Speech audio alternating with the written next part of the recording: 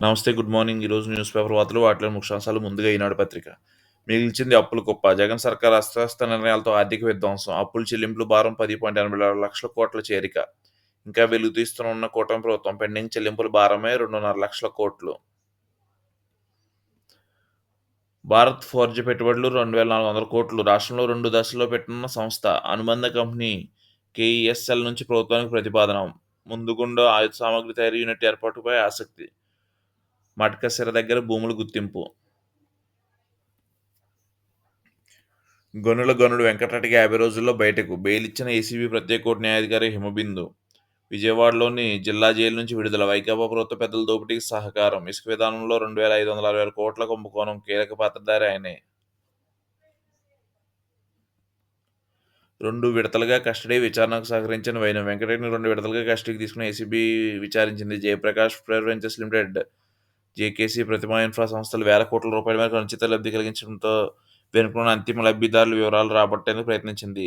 2,600 కోట్ల దోపిడీ మూల్యం ఎక్కడుంది? సూత్రధారులు ఎవరు? ఎవరి ఆదేశాల మేరకు ఈ అక్రమాలు పాటుపడ్డారనే ప్రశ్నకు సంబంధించి అయితే వెంకటరెడ్డి విచారణకు ఏమాత్రం సహకరించలేదు.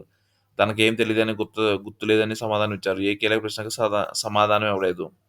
ఆయన నుంచి ముఖ్యమైన సమాచారం రాలేదు. ఈలోగా బెయిల్పై బయటకొచ్చారు. మణిపూర్లో ఆరని మంటలు. మంత్రి, 3 ఎమ్మెల్యేల నివాసాలకు నిప్పులు. మరో ఎమ్మెల్యే ఇంటిపైన దాడి. ముఖ్యమంత్రి ఇంటిపైన దాడి అడ్డుకున్న భద్రతా సిబ్బంది. ప్రభుత్వానికి ఎన్సీపీవీ మద్దతు ఉపసంహరణ. జగన్ పాలనలో ప్రధానమంత్రి ఆవాస్ యోజన నిర్వీర్యం. అవకతవకలపై విచారణ జరపాలి. లంకా దినకర్ను కోరిన భాజపా ఎమ్మెల్యేలు.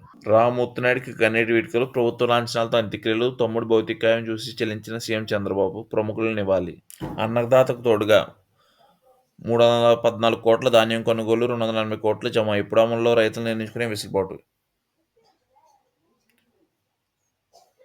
సిబిఐకి చిక్కిన వాల్తేరు డీఆర్ఎం.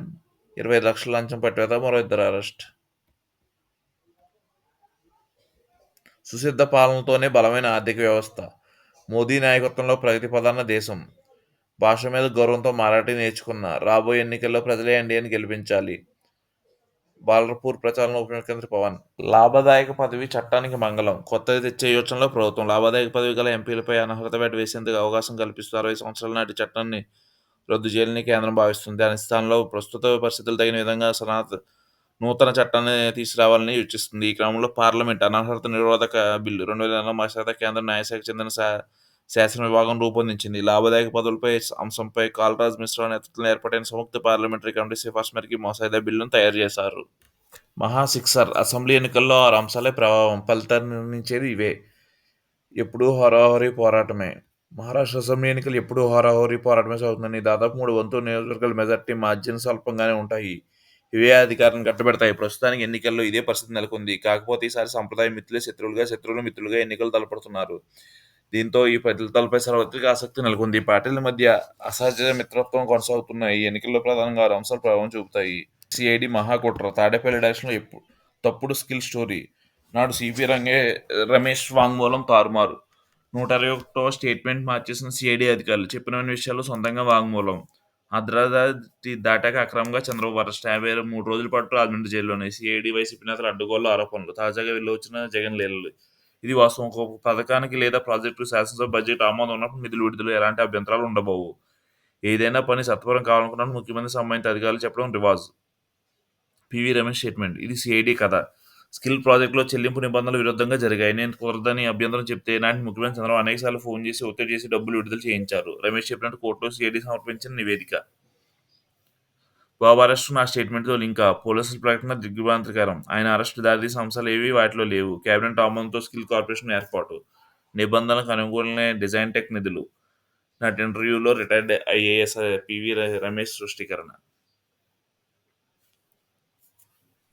గుట్టుచప్పుడు కాకుండా గనుడు వెంకటరెడ్డి విడుదల.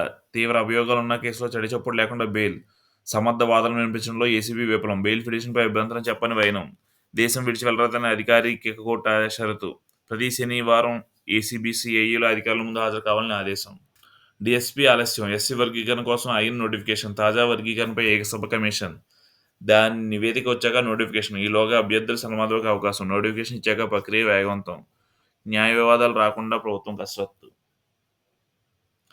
రారా శ్రీమంతుడా! గ్రామాలు, వార్డులు దత్తత కార్యక్రమాన్ని పునరుద్ధరించే యోచనలో కూటమి ప్రభుత్వం. ప్రముఖులు, ఎన్ఆర్ఐలు సత్వర ఆహ్వానం. చంద్రబాబు, పవన్ పిలుపుతో గ్రామాల్లో సీమలు ముందుకొచ్చి అభివృద్ధికి ముందుకొచ్చే అవకాశం. గత వైసీపీ ప్రభుత్వం నిర్లక్ష్యంతో మొహం చాటేసిన దత్తత శ్రీమంతులు.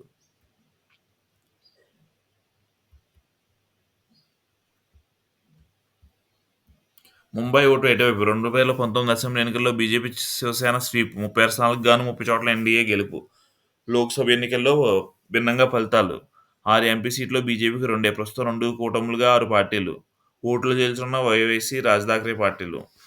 వ్యవసాయ, హనుమంతు శాఖలు బదిలీలు ఎప్పుడో? జిల్లా, రాష్ట్ర ప్రధాన కార్యాలయాల్లో ఏళ్ల తరబడి తిష్ట. కీలక విభాగాలైన ఒకరిద్దరు అధికారుల చేతిలోనే.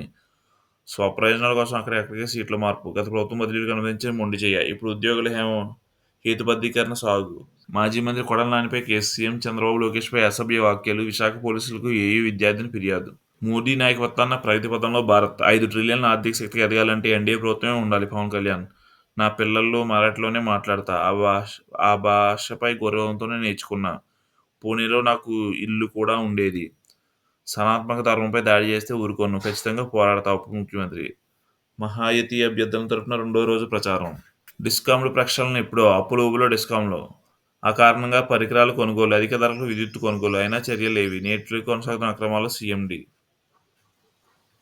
ఇప్పటికీ ఆయనే సీఎండీనే. హాయ్ అంటే చాలు ధాన్యం కొంటాం. WhatsApp number.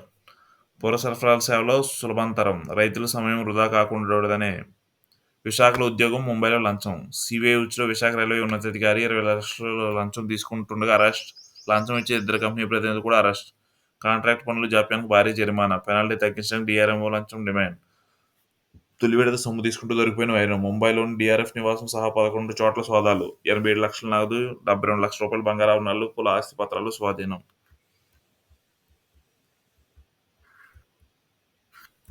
Thank you.